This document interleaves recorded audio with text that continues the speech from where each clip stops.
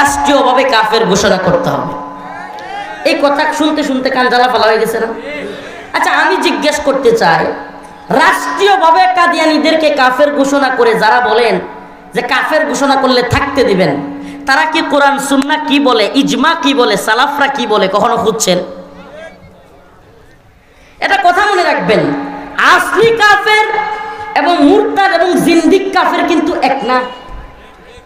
আবারও বলি, ওলামায়ে কেরাম এখানে আছেন, জিন্দিক কিংবা মুরতাদ যারা ইসলাম থেকে যারা অন্য ধর্মে চলে যায়, ইসলামকে যারা ছেড়ে দেয় কিংবা বিভিন্ন দলিল দিয়া বিভিন্ন তথাকথিত ব্যাখ্যা দিয়া দিন ত্যাগ করে, এরা আর খ্রিস্টান, ইহুদি, হিন্দু, বৌদ্ধ অন্যান্য আসলি কাফেররা এক না।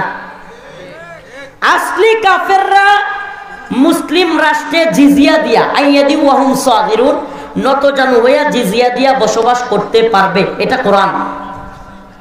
কিন্তু যারা মুরতাদ কিংবা জিন্দিক, এদেরকে রাষ্ট্র কাফের বললো কি বললো না, কোনো কিছু যায় আসে না, এরা মুসলিমদের দেশে থাকতে পারবে না, এদের একটাই শাস্তি মৃত্যুদণ্ড, এদেরকে হত্যা করতে হবে।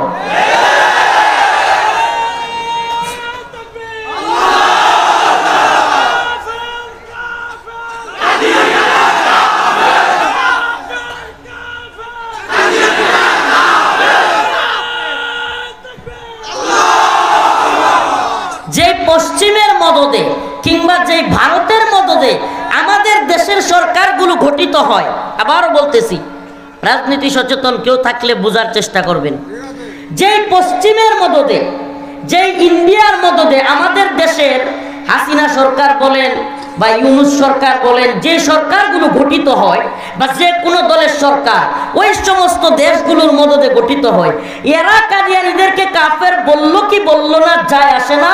কেউ বললেও কাদিয়ানীরা কাফের, কেউ না বললেও কাদিয়ানীরা কাফের।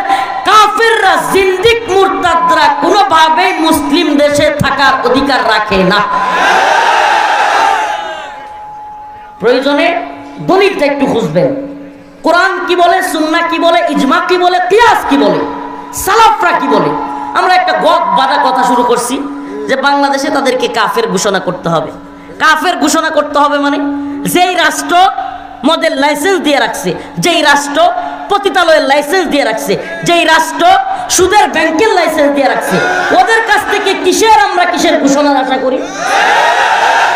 আশ্চর্য, হাস্যকর কথা। এটা আমার বুঝে আসে না। আমি কারাগারে বসেও চিন্তা করতাম, আরে আমরা এগুলো কি বলি, এদেরকে কাফের কে ঘোষণা করলো, কে করলো না, আমরা এদেরকে ঘোষণা করে দিলাম। সামাজিকভাবে, রাষ্ট্রীয়ভাবে, সকল পর্যায় থেকে আমরা এদেরকে বয়কট করলাম।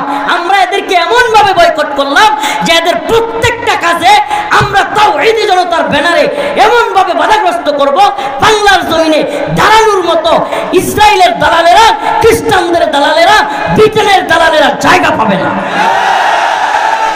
এইটা হবে আমাদের পণ। কেডা ঘোষণা করলো, কেডা করলো না, এগুলো দেখার বিষয়। কই যে রাষ্ট্রীয়ভাবে কাফের ঘোষণা করতে হবে। আশ্চর্য, রাষ্ট্রীয়ভাবে ঘোষণা করলে জিন্দিক কাফের যারা, এই কাদিয়ানীদের মতো যারা জিন্দিক, এই জিন্দিক কাফেরদেরকে মুসলিম রাষ্ট্রে বসবাস করতে দিবেন? কোন দলিল আপনি প্রমাণ করতে পারবেন? করেন প্রমাণ। সবার কাছে বললাম, কোন দলিল দিয়া জিন্দিকদেরকে জিজিয়া কারা দিবে? মুসলিম দেশে জিজিয়া দিয়ে কারা থাকতে পারবে? যারা কিনা আসলি কাফের। কোন মুরতাদ, কোন জিন্দিককে আল্লাহর নবী, তার সাহাবায়ে কেরাম, তাবেঈ কেউ ক্ষমা করেছেন ইতিহাস নাই। জিন্দিকদের দুইটাই অবস্থান, এক হয় তওবা করো, নাইলে কল্লা ফেলে দাও। জিন্দিকদের দুই ধরনের, দুইটার একটা হইতে হবে। জিন্দিকদের জায়গা হয় এক তওবা করে মুসলিম হও, নাইলে তোমার কল্লা ফেলে দেওয়া হবে। শাস্তি একবারে সহজ, শাস্তি একেবারে সহজ। তোমার শাস্তি মৃত্যুদণ্ড। ইসলাম থেকে বের হওয়া আর অমুসলিম থাকা দুইটা কিন্তু ভিন্ন জিনিস, ভুল বুঝবেন না।